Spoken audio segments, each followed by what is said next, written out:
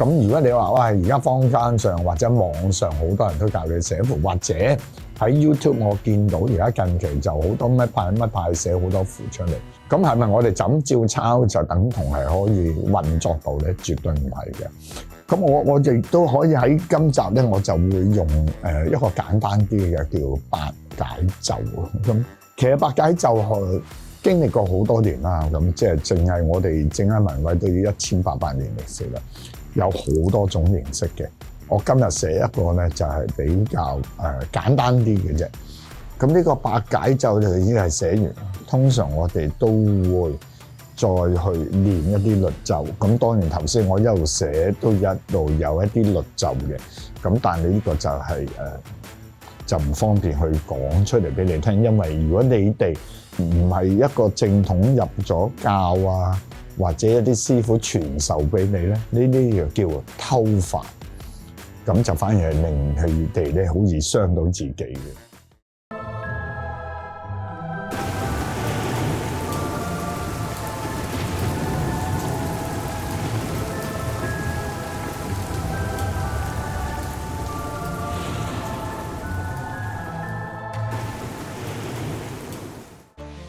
好，咁啊，今集咧就講我哋道家好多時都會講及符咒，或者我哋叫符啦。咁一般人都係叫寫符。咁首先我想講就係一般嘅符係點嘅形式嘅咧？咁通常我哋咧首先個符頂咧就通常就係請一啲咩嘅神明啦，去降駕落呢個符嗰度。利用神嘅氣力，我哋叫做嗰個神髓，點樣去擺落去？咁當然我哋寫符嘅人都要，首先就要好靜嘅心啦。同埋一般寫符嘅時候，我哋首先嘅儀式就係點？我哋所謂要敕筆、敕墨、敕硯，先去灑淨咗，去敕咗先。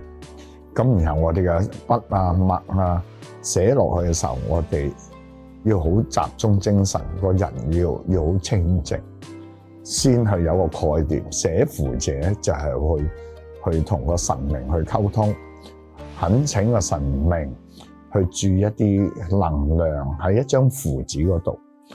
咁然後個神明坐咗落嚟呢度啦，喺個符紙，如果需要做一啲咩嘅嘢咧，去執行一啲乜嘢咧？我哋一路寫，有時我哋寫嘅符嘅時候，我哋會個心係會有啲所謂叫做律咒啊，甚至乎我哋要念一啲詞嘅。咁呢個就當然係一個修行者，每一個門派去師傅教你嘅時候，你去學習。其實寫符就真係好千變萬化。喺我嘅學習中咧，我師傅都教就係話，祖師爺或者老一輩嘅師傅教你寫嘅符係代代相傳，就係咁嘅形式，或者某一個目的。咁譬如我就講翻八解咒。其實八解咒咧就曾經有一集我都講過嘅。咁就係同你擋殺一啲嘢啊，驅除一啲嘢。咁呢個都係一啲好基本嘅符咒嚟嘅。咁有時有啲我哋驅邪治鬼又唔同啦。有時要執行一啲比較我哋叫做視為武啦，可能係所謂打交啊嚇，或者係對打啊，都會有唔同嘅。咁今日咧，我想寫一個符咧，就係八解咒，只不過我想解釋下一個符基本係乜嘢。最頂我哋先請一啲特定嘅神明去協助我哋去執行呢個符，中間咧就係一個指令，佢將會做乜嘢，然後個符尾咧，我哋要有個符架或者有個符膽。咁呢個又係每一派都有唔同，用唔同嘅符膽、唔同嘅符架都有唔同作用。咁呢度就好難去詳細解釋俾大家聽。咁我哋去寫一張符嘅時候，首先我哋嘅心要好靜，請咗神啦，跟住就去寫。咁究竟係咪個神降駕喺我哋呢度咧？咁又未必次次係嘅。我哋只係借助神嘅力量去推動一啲指令。咁其實咧，一張符咧，只係一個渠道，或者佢係一個工具嚟嘅啫。咁要點樣去俾咗個工具你，而你都要用，咁先係有一個一定嘅作用。咁符咧，其實又有分咧，可以進食嘅符啦、貼嘅符啦、化嘅符啦，咁都分好多種。咁呢個咧就係好千變萬化，好多唔同嘅背景後，我哋要做嘅嘢都會唔同。咁因為其實我哋去用到符嘅時候咧，就等同我哋去根據我哋嘅教派啦，或者我哋嘅師傅特定教落嘅一啲符膽啦，一啲律咒啦，包括法科師傅錄音啊、茅山，大致上都係咁上下嘅啫。只不過佢哋寫嘅時候咧，可能同一個目的，但係寫法唔同。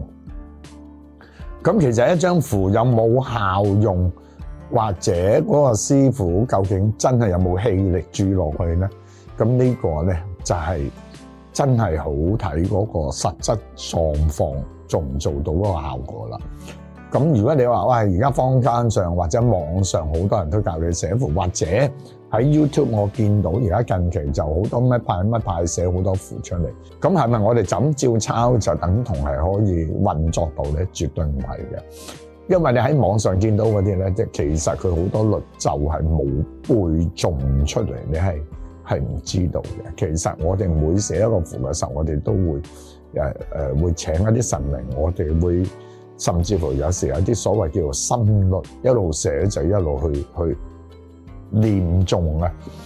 咁呢個就係好緊要。當然一個修行者，你有冇咁嘅能力去推動呢個符，或者請呢個神咁講，就講係我哋道教嚟講，五雷係一個比較高階層次嘅修行人先可以推動到嘅，就唔係話我背熟咗啊，寫出嚟就可以運作。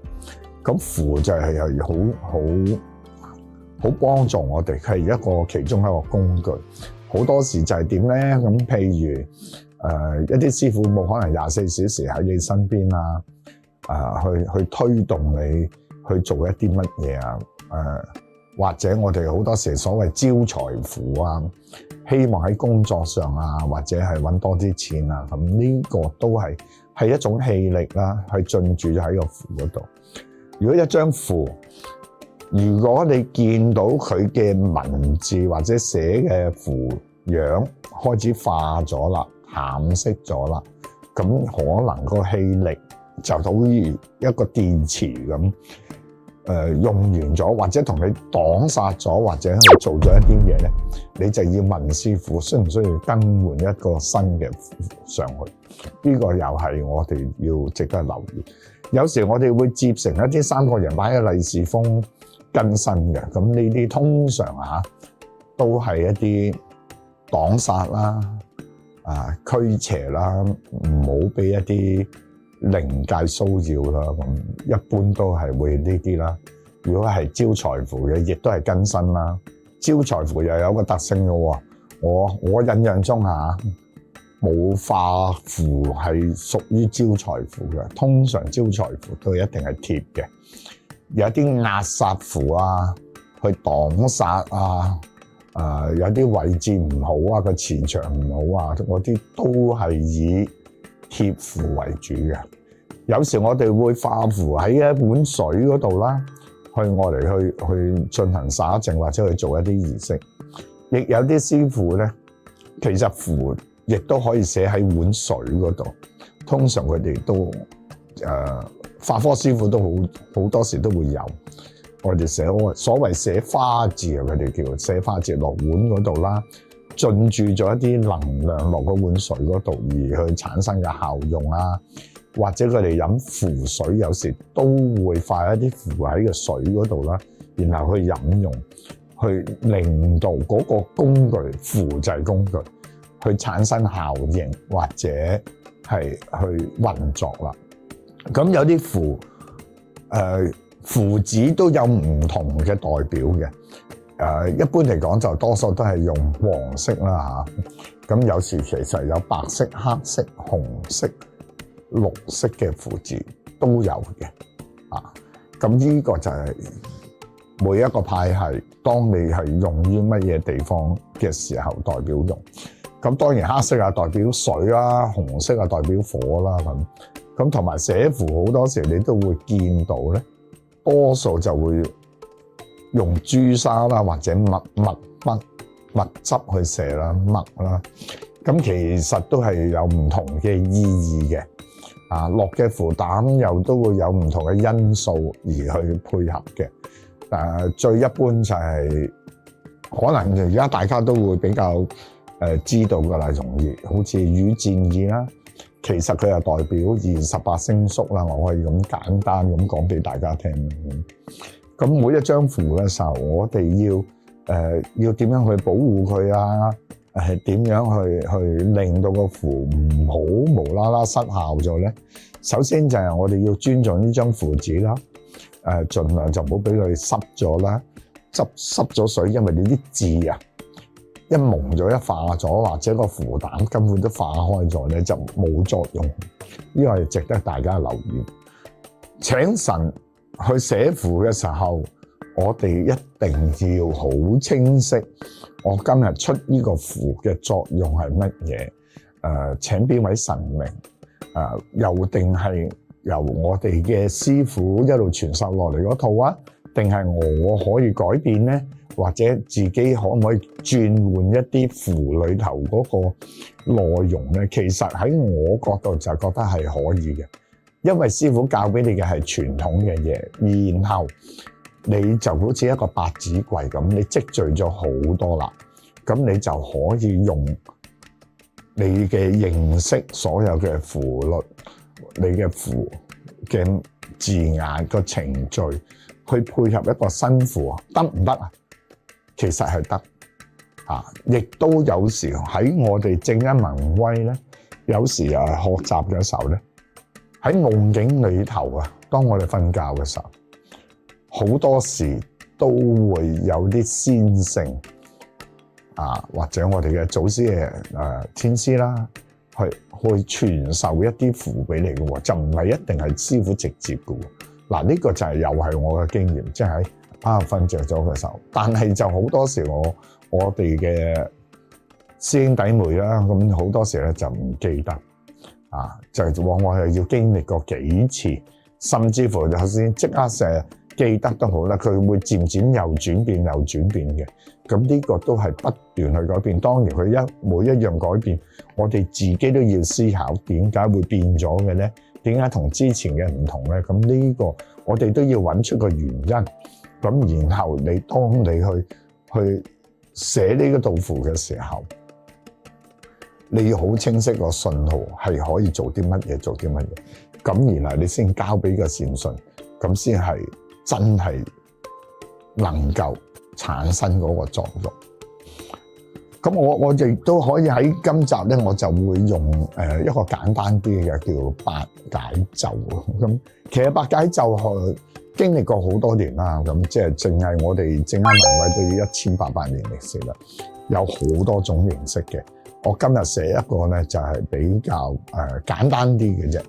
咁其實咧就係話我哋寫符係會點咧？咁通常咧我都係會敕咗筆啦，敕咗墨，敕咗硯，咁我哋就開始寫符。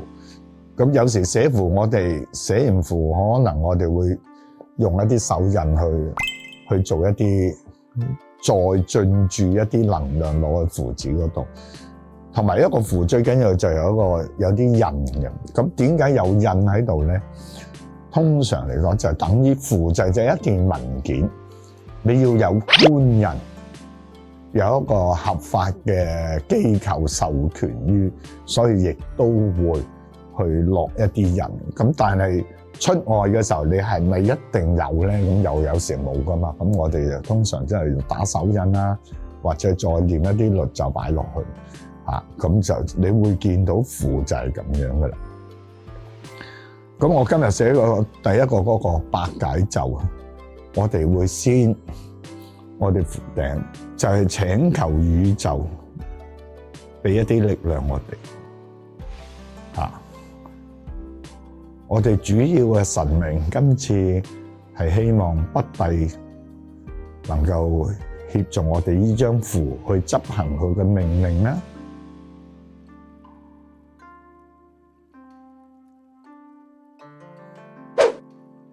咁呢個亦都係我哋嘅教派其中一個我哋叫蓮花嘅形式。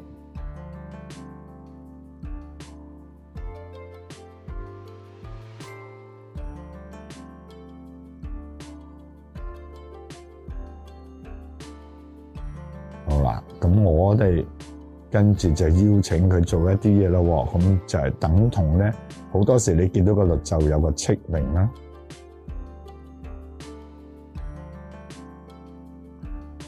我哋去恭請我哋嘅三清啦，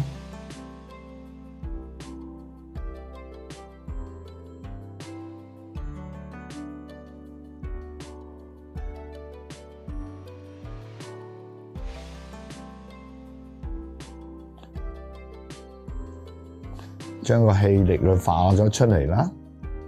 咁我哋中間啦，即係天地人啦。咁地喺呢個地面上要做啲咩咧？因為百解啊嘛，就化劫啦。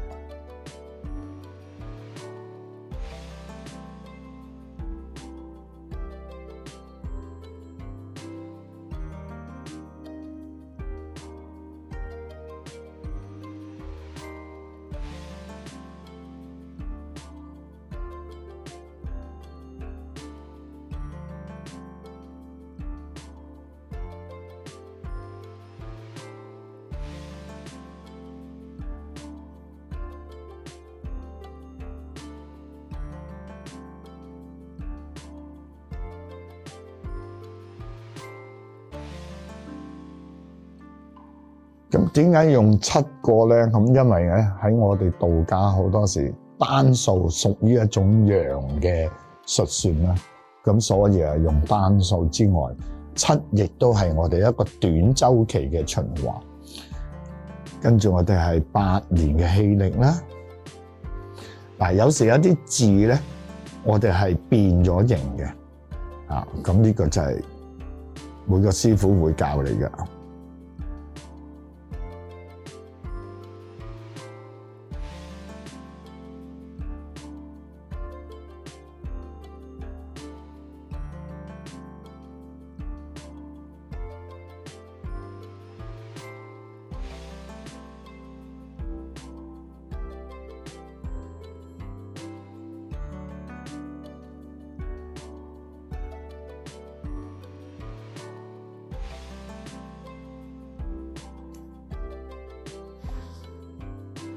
咁其實呢個意思咧就係左青龍右白虎啦。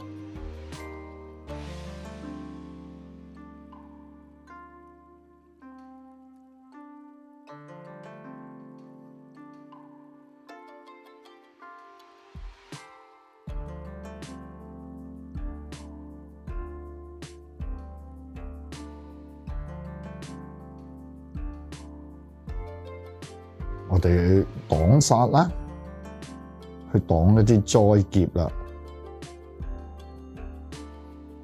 個煞字原本係4點㗎嘛，咁但係因為我哋呢個符咒嘅密語咧，我哋就係咁樣嘅。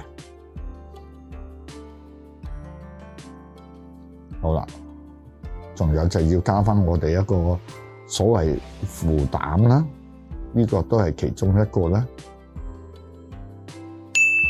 咁呢個百解咒就已經係寫完，通常我哋都會再去練一啲律咒。咁當然頭先我一路寫都一路有一啲律咒嘅，咁但係你呢個就係就唔方便去講出嚟俾你聽，因為如果你哋係唔係一個正統入咗教啊，或者一啲師傅傳授俾你咧，呢啲就叫偷法，咁就反而係令佢哋咧好易傷到自己嘅。咁所以我就唔會去讀出嚟，並唔係文縟啊嚇。咁因為即係喺傳統上，我哋都會視為偷法，佢係一個反罪嚟嘅後果。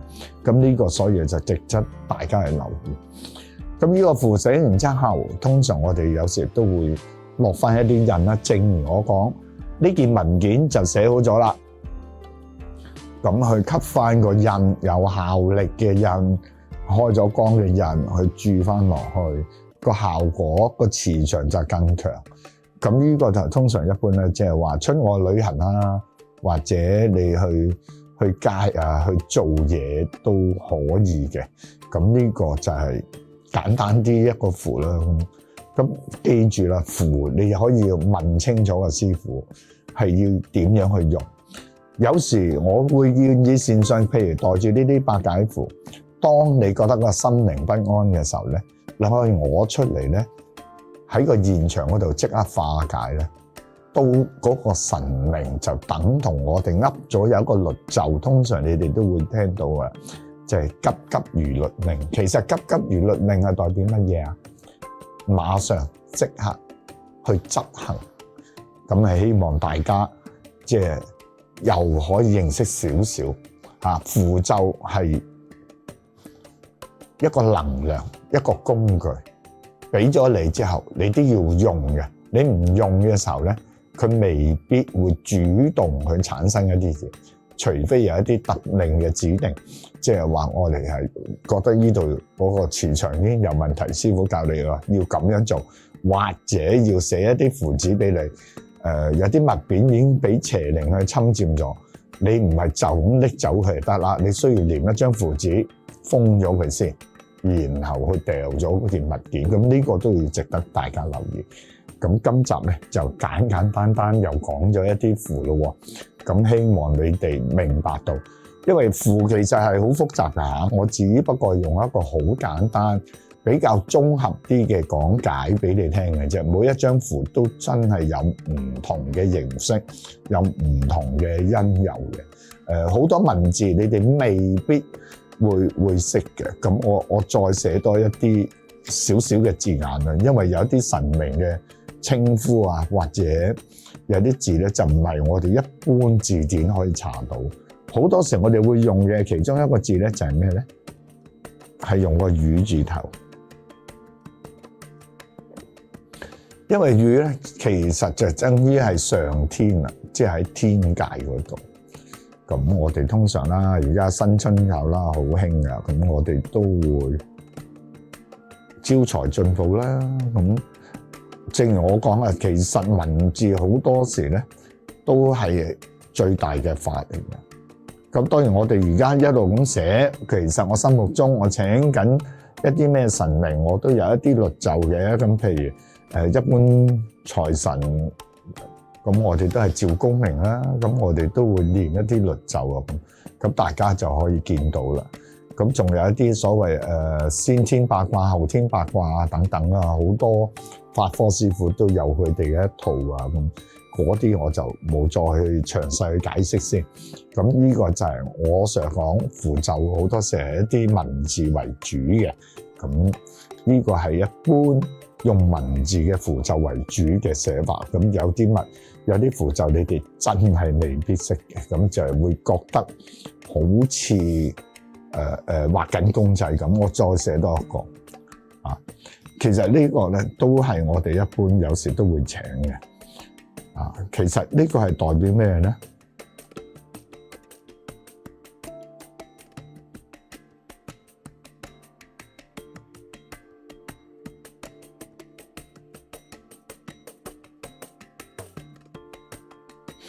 其實呢個係代表一個龍嚟嘅嚇，咁大家就可以有興趣嘅有機會再講。咁簡簡單單嚇，咁我希望我哋嘅觀眾啊可以留言啦，同埋俾啲意見我哋啊。同埋你最緊要請符嘅時候，最好係問清楚嗰位師傅寫嘅符俾你，要留意啲乜嘢，因為每一派系每一個符都可能有啲特定要值得你要留意，要配合啊。因為個師傅只係俾咗一張工具你嘅啫，符紙就係工具，要點樣去用，點樣去發揮嘅效用，你要問清楚你嗰位師傅嚇。咁今集亦都感激大家，我希望我哋觀眾咧真係去 like 同 share， 甚至乎 comment 俾我哋，等我哋嘅背後嘅工作團隊一種鼓勵啦，同埋我哋真係好想盼望你哋想去傾一啲咩嘅題目啊，咁盡可能喺我認識下，我都去配合啊！感謝大家。而家又係一個小廣告嘅時間啦。好啊，咁啊節目出街嘅時候咧，應該都未去到清明嘅。咁因為我哋到凡仙觀啊、賣布工房，每年我哋都會有一啲法會，因為之前好多枝節啊要申請好多嘢。咁嚟緊嘅清明咧，我哋會正式係做一個第一次嘅丙午年第一次嘅法會。其實我哋嘅會員就好簡單嘅啫，咁你只要去參加咗我哋嘅會員嘅話咧，就3次嘅法會，清明、盂蘭、重陽，我哋都會有2個衣包，咁就喺小賣部工房你就可以聯絡到噶啦。咁我哋每次法會會有2個衣包俾你哋啦。咁我哋亦都堅持就話，我哋同以往一樣啦，我哋公司亦都會有一啲供品啦。係額外㗎啦，同埋都係以3個法事嘅唔同派系嘅師傅去進行一啲誦經啦、科儀啦。咁亦都由今年開始丙午年咧，每一日我哋依然都係2日1次法會嘅。我自己嘅最先咧，都以我哋正一盟威咧，都開一個科儀，就祈求我哋嘅祖先啦、我哋嘅先人咧，可以得到。就係入大道去平靜啊！咁呢個就大家可以早啲登記啦。咁就詳細嘅資料，當我哋嘅同事見到你落咗 order， 即係話如果我哋覺得你有啲問題，我哋都會主動聯絡你嘅。我哋都會先以 WhatsApp 為主去聯絡你，去盡量解決你哋嘅問題。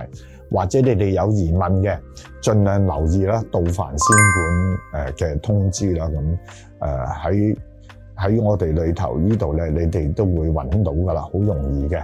或者打返到凡仙館啦，咁你都可以揾到我哋嘅官方網頁。咁而家暫時我哋比較集中嘅就擺喺到凡仙館嗰度聯繫嘅。咁係希望我哋嘅善信，我哋嘅觀眾，如果你有需要求助，亦都可以喺嗰度留言。咁我能夠可以嘅，我都會親身去解答你哋所有疑問嘅。咁喺度多謝大家。記住訂閱我哋嘅 channel， 撳埋個鐘仔，咁就收到我哋最新嘅通知㗎喇。拜拜。